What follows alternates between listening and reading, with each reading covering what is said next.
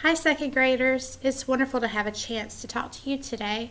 I'm very excited, and we miss you all so very much. I cannot wait to hear the ways that you are helping out at home and those ideas that you came up with. Today, I'm going to read a story called Stone Soup. Now, you might be wondering what's going on because Miss Kelly, she read a book called Stone Soup, right? Well, today I'm going to read this version of Stone Soup. And as we already know, folk tales are old stories that are passed down many years. We're not really even sure who the author is of these. Sometimes you could tell that by looking at the book and saying the story was retold or adapted by. That could tell you that it is a folk tale. So today is going to be Stone Soup. First of all, before we get started, let's look at the map and see where these two countries are from the books that we have, the book that Miss Kelly read and the book that I'm going to be reading.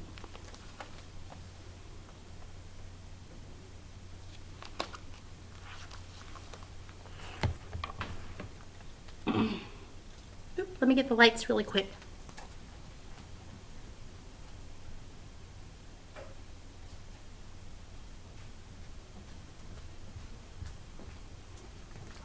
All right, Miss Kelly's version of Stone Soup, which is, it's kind of hard to see, it is a folk tale from France.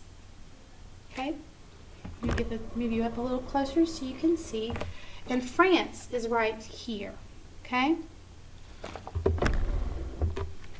Right here, okay? The Stone Soup version I'm going to be reading today hails from China. That is over here. Now I'd like for you to stop, or I'm going to stop for a second and give you a chance to think about how these books could be different.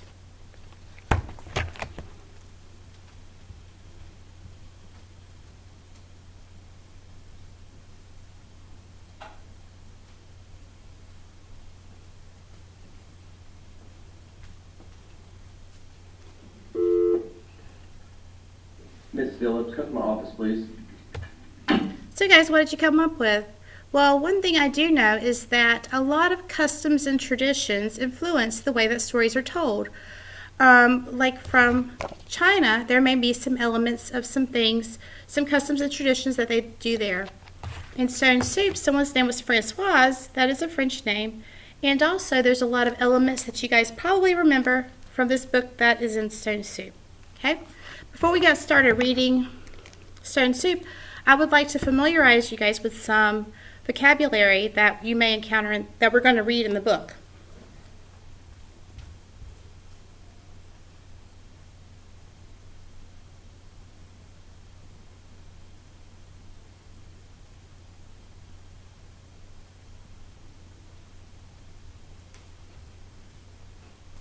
Thanks for being patient with me.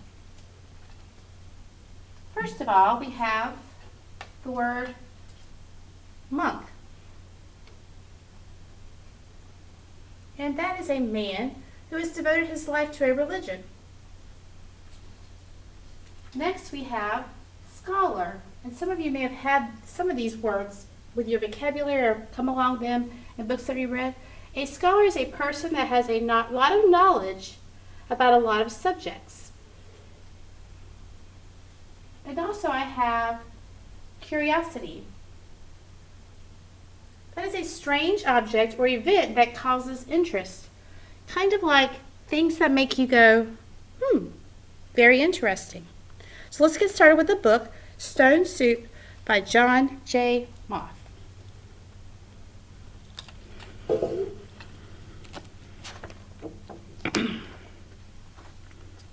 Three monks, Hawk, Lock, and Sow, traveled along a mountain road. They talked about cat whiskers, the color of the sun, and giving. What makes one happy, Saul? Asked Hawk, the youngest monk. Old Saul was the wisest and said, let's find out.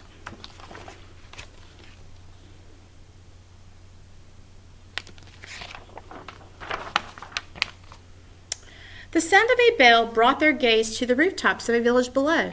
They could not see from so high above that the village had been through hard times. Famine, floods, and war had made the villagers weary and untrusting of strangers. They had even become suspicious of their neighbors. Wow. Famine is a time where it may be very difficult to grow crops, which in turn makes it very difficult to have food to eat. So those are some hard times. The villagers worked hard, but only for themselves. There was a farmer, a tea merchant, a scholar, a seamstress, a doctor, a carpenter, and many others. But they had little to do with one another. Wow, all those talented and skilled people, but they had nothing to do with each other, so they could not use each other's gifts. When the monks reached the foot of the mountain, the villagers disappeared into their houses. No one came to the gates to greet them. And when the people saw them enter the village, they closed their windows tight. Wow.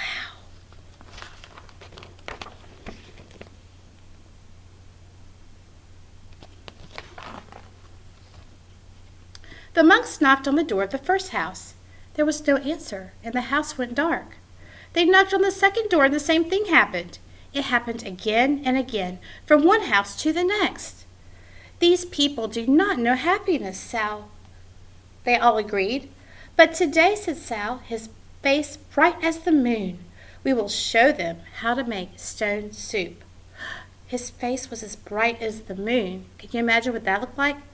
Probably something like, imagine your face when you're really excited or you have a great idea about something.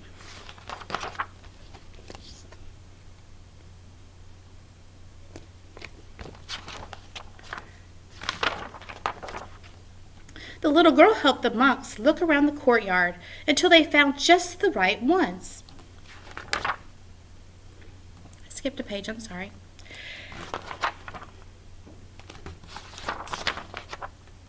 They gathered twigs and branches and made a fire. They placed a small tin pot on top and filled it with water from the well. A brave little girl who had been watching came to them. "What are you doing?" she asked. "We are gathering twigs," said Lock. "We are making a fire," said Hawk. "We are making stone soup, and we need 3 round, smooth stones," said Saw.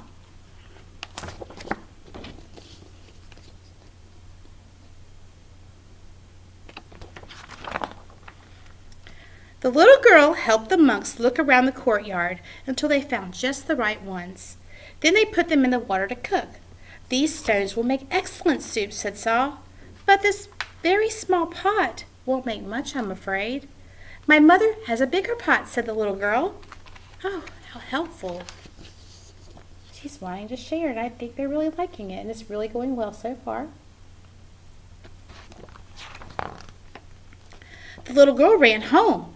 As she started to take a pot, her mother asked her what she was doing. "The 3 strangers are making soup from stones," she said. "They need our biggest pot." Said the girl's mother. "Stones are easy to come by. I'd like to learn how to do that." So stones are easy to come by. That would mean that they're readily available. They're everywhere, and they're not really anything you have to search for. The monks poked the coals. The smoke drifted up. The neighbors peered out from their windows. The fire in the large pot in the middle of the village was a true curiosity.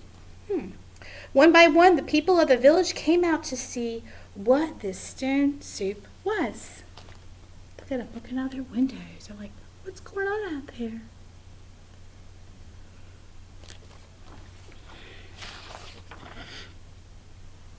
"Of course, old-style stone soup should be well seasoned with salt and pepper," said Hawk. "That is true," said Lock as he stirred the giant pot filled with water and stones. "But we have none." "I have some salt and pepper," said the scholar, his eyes big with curiosity. He disappeared and came back with salt and pepper and even other spices. Sue took a taste. "The last time we made soup stones of this size and color, carrots made the broth very sweet." "Carrots?" said a woman from the back. "I may have a few carrots, but just a few." And off she ran. She returned with as many carrots as she could carry and dropped them into the pot. Wow, from just a few to as many as she could carry. That's amazing.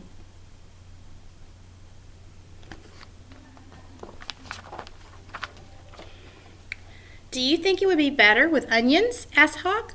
Oh, yes, maybe an onion would taste good, said a farmer, and he hurried off. He returned in a moment with 5 big onions, and he dropped them into the bubbling soup.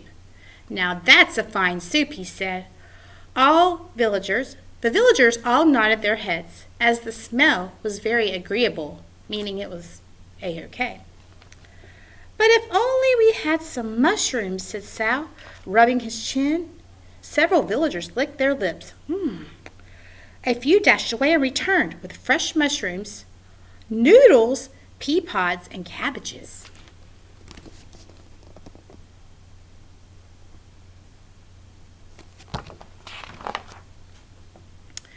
Something magical began to happen among the villagers.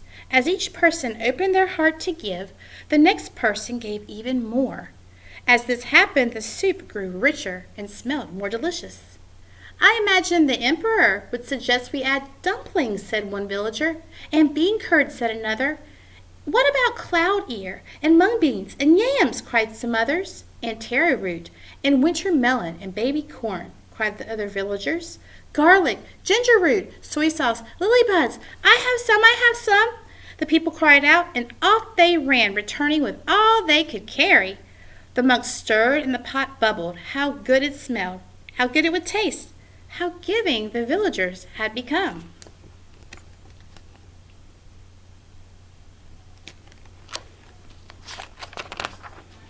Wow, what a change! They went from not welcoming in people, not having anything to do with each other, and now they're all sitting at this long table. At last, the soup was ready. The villagers gathered together. They brought rice and steamed buns. They brought lychee nuts and sweet cakes. They brought tea to drink, and they lit lanterns. Everyone sat down to eat. They had not been together for a feast like this for as long as anyone could remember. Wow, I love it.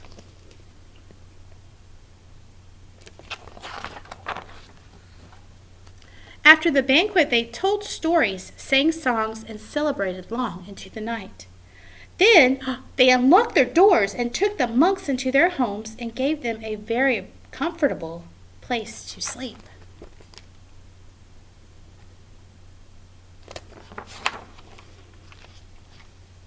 In the gentle spring morning, everyone gathered together near the willows to say farewell. Thank you for having us as your guests, said the monks. You have been most generous. Thank you, said the villagers. With the gifts you have given, you will always have plenty. You have shown us that sharing makes us all richer. And to think, said the monks, to be happy is as simple as making stone soup.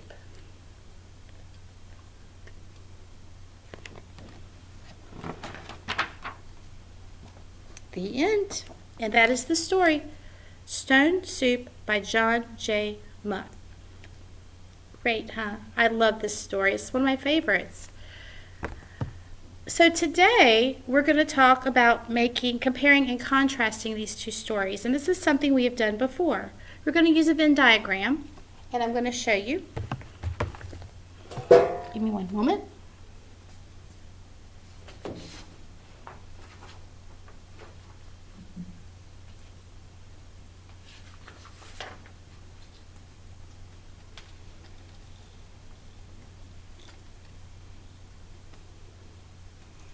Hopefully you can see it well without me having to run off and turn off the lights.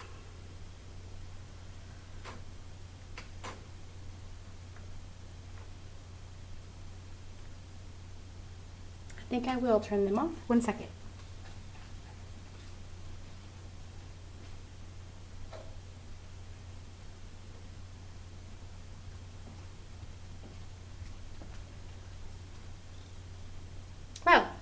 Okay, we have a Venn diagram, of course. We already know that when you're comparing and contrasting with a Venn diagram, these two sides here are going to be contrasting. Those are the things that are different from each other.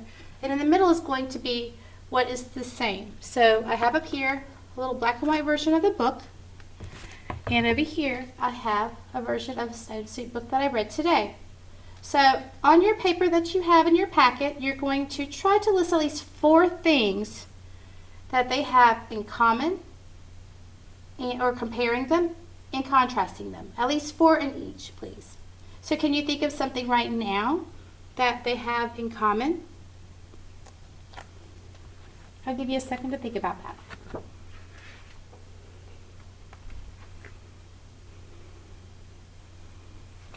All right, just to get you started, I think something that they have in common would be they both have 3 people, that 3 main characters. Stone Soup, they have 3 monks. In this Stone Soup, they have 3 travelers. Okay, so I would like for you to fill this out and have it ready for us, okay? All right. Also, we have a reading passage for you. This is a fun reading passage about everybody's favorite thing, baking cookies. Yes. So you're going to read the passage, and then you're going to use this information to answer these questions, okay? So make sure that you're looking back in the passage to make sure your answer is correct. And we recommend reading it a couple of times just to make sure, because we want to make sure that our answers are correct, okay? So if you would like to, go back, and we recommend this, going back and underlining where you found the information, okay? If you have any questions about either of these, you can let our teachers know, okay? One second, I'm going to turn this off, and then I have something else to say.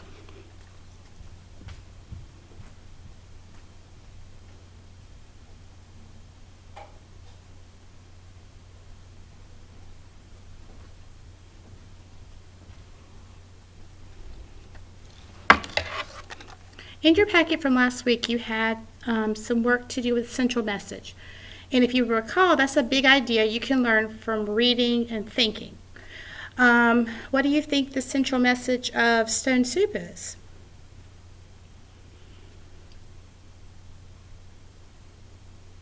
Well, I think that the central message of Stone Soup would be that sharing can benefit everybody. The people were so distant, they didn't want to be bothered, but just simple small acts of kindness and sharing can make people open up, and the things that they've been going through can really be smaller, and those troubles and things like those people in the stories having famines and having hard times, well, those things just kind of start to go away as people start to give and share and reach out to others. I cannot wait to hear your ways of helping others. I cannot wait to read them. If you have them, if you have done it already, you can text it to your teacher, because we would really love to hear and see those. And we miss you guys again. If you could have your parent take a picture of you working on schoolwork and send it to us, we'd love to see those.